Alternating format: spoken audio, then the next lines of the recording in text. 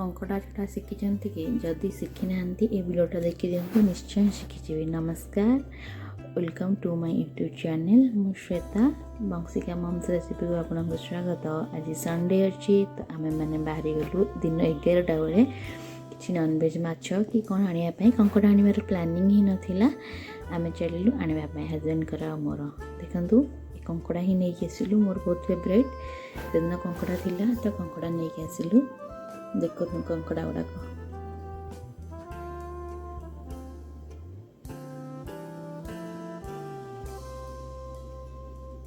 बंशिका को इंट्रोड्यूस कराऊँ कंकड़ा मान सहित तो पापा इंट्रोड्यूस कराउछंती से धरिबा पई जाउची। देखो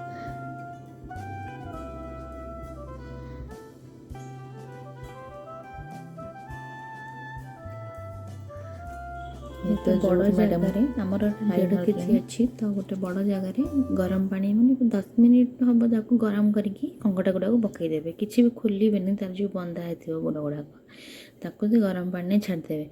देखो ये जो कलर आसी जाता मैंने रेडी हो गला तो ठंडा करके बाहर को बाहर करवा। देखो ये कलर आसीज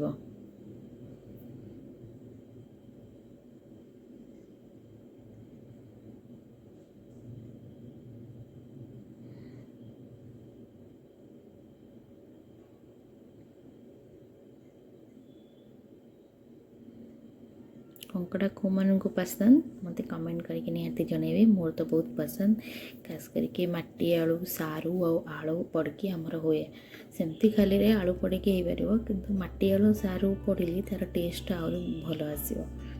तो माटी आलू सारू आलू छड़ेकी मु तेल रे फ्राए करुँची।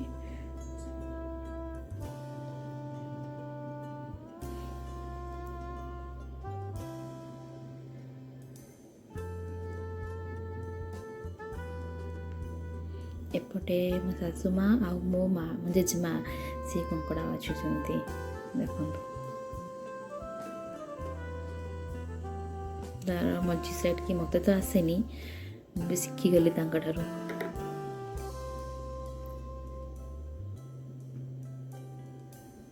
एपटे मु बाछुची ये गुड़ा ऑयल रे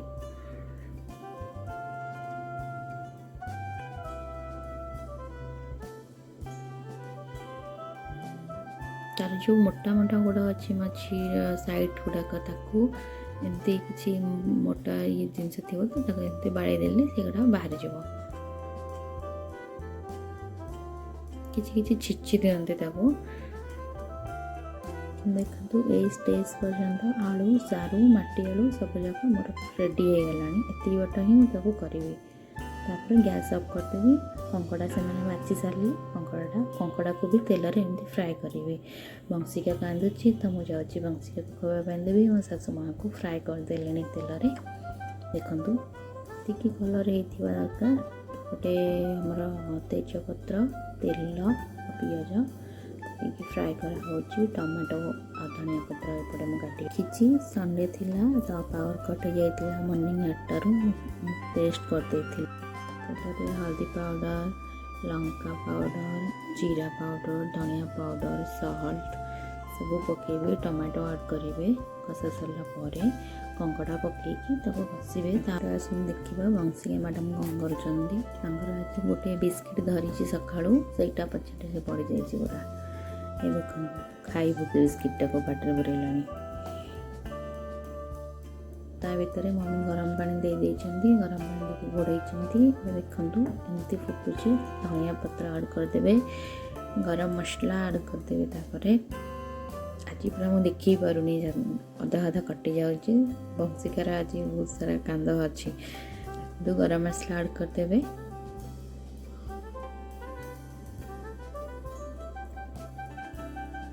घोड़ाई देवे किसी समय पर फुटी गला पर टिके समय ये बंद करदे। आज आमर होता कोबी बंधाकोबी भजा था। देखो मो सान भौणी ये बंधाकोबी काटुची एत पतला पतला करके काटुची। मु तो काटी पारि जमार मैडम पूरा मन ध्यान देकी काटुचंती। ଦେଖନ୍ତୁ ତାପରେ କଢ଼ା ବସେଇକି ତେଲ 2 ରୁ 3 ଚାମଚ ପକାଇବେ। ତାପରେ ଫୁଟଣ ପକାଇଲି। ତାପରେ 2ଟି ଲଙ୍କା ଶୁଖିଲା ଲଙ୍କା ଆଡ଼୍ କରିବି ତା ସହିତ।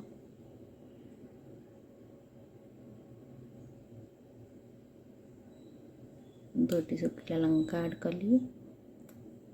ତାପରେ ପିଆଜ ଗୋଟେ କାଟିକି ରଖିଥିଲି। ଟିକେ ଏଇଟା ହେଇଗଲା ପରେ ପିଆଜ ଆଡ଼୍ କରିବି। ପିଆଜ ଆଡ଼୍ କଲି। ଆପଣ ଏ ରେସିପିଟା ଥରେ ଟ୍ରାଏ କରିବେ, ବହୁତ ଜଲ୍ଦି ଆଉ ବହୁତ ଟେଷ୍ଟି ଲାଗିବ। ନିଶ୍ଚିନ୍ତ ଥରେ ଟ୍ରାଏ କରିବେ। ୱିଣ୍ଟର ସିଜନରେ ତ ପତ୍ରକୋବି ବହୁତ ଭଲ ମିଳେ। ତା ସହିତ ଗ୍ରୀନ୍ ମଟର ପକାଇକି ଆଳୁ ଗୋଟେ ଛୋଟଟେ କାଟିଦେବେ, ଏମିତି ଭାଜିବେ, ବହୁତ ଟେଷ୍ଟି ଲାଗିବ। ପିଆଜ ଟିକିଏ ହେଇଗଲା ପରେ ଛୋଟ ଅଦା ଗୋଟେ ଟିକି କାଟିକି ରଖିଥିଲି, ସେଇଟାକୁ ଆଡ଼୍ କରିବି ତାପରେ।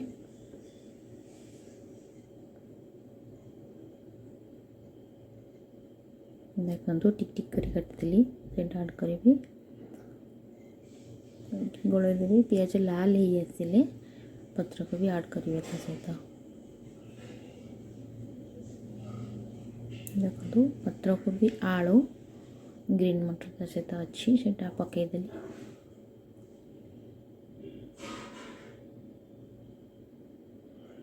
ଦେଇକି ତାପରେ ଲୁଣ ହଳଦୀ ଲଙ୍କା ଗୁଣ୍ଡ ପକାଇକି ଗୋଳେଇ ଦେବେ।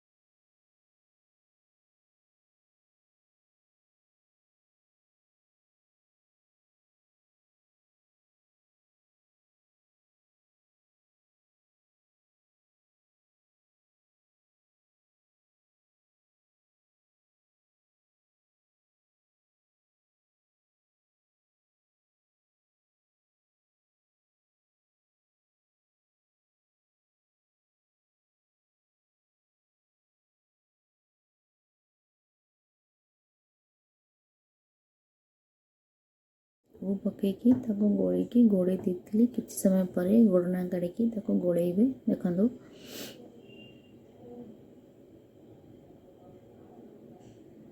2 ରୁ 3 ଥର ଘୋଡ଼େଇଲା ଭିତରେ ଆମର ପତ୍ରକୋବି, ଏଇ ଦେଖନ୍ତୁ ମୁଁ ଗୋଟେ ଥର ଘୋଡ଼େଇକି କାଢ଼ିଛି, ଆଳୁ ହେଇଯାଇଛି। ପତ୍ରକୋବି ଟିକେ ଟାଇମ୍ ଲାଗିବ, ସେଇଟା ବି ହେଇଯିବ।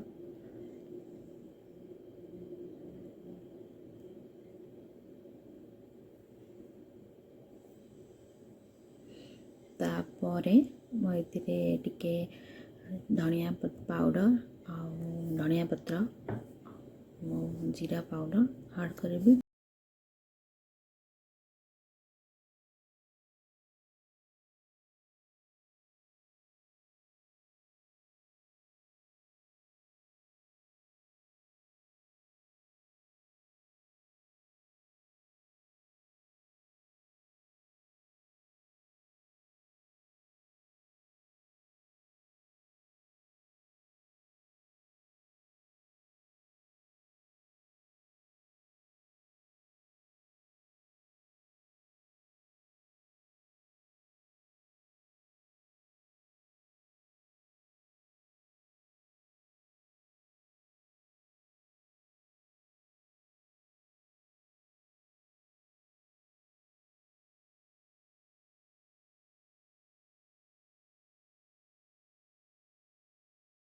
ଦେଖନ୍ତୁ ଧନିଆ ପତ୍ର ଏଥିରେ ପକାଇଲି।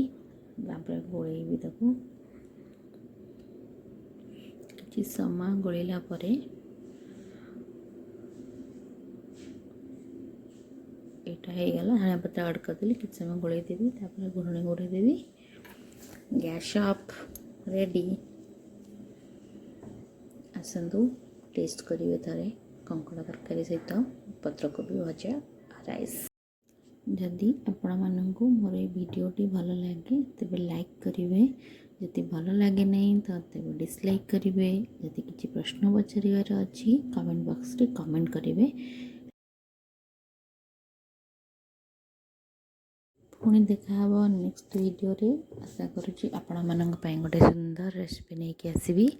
रही नमस्कार, बाय बाय।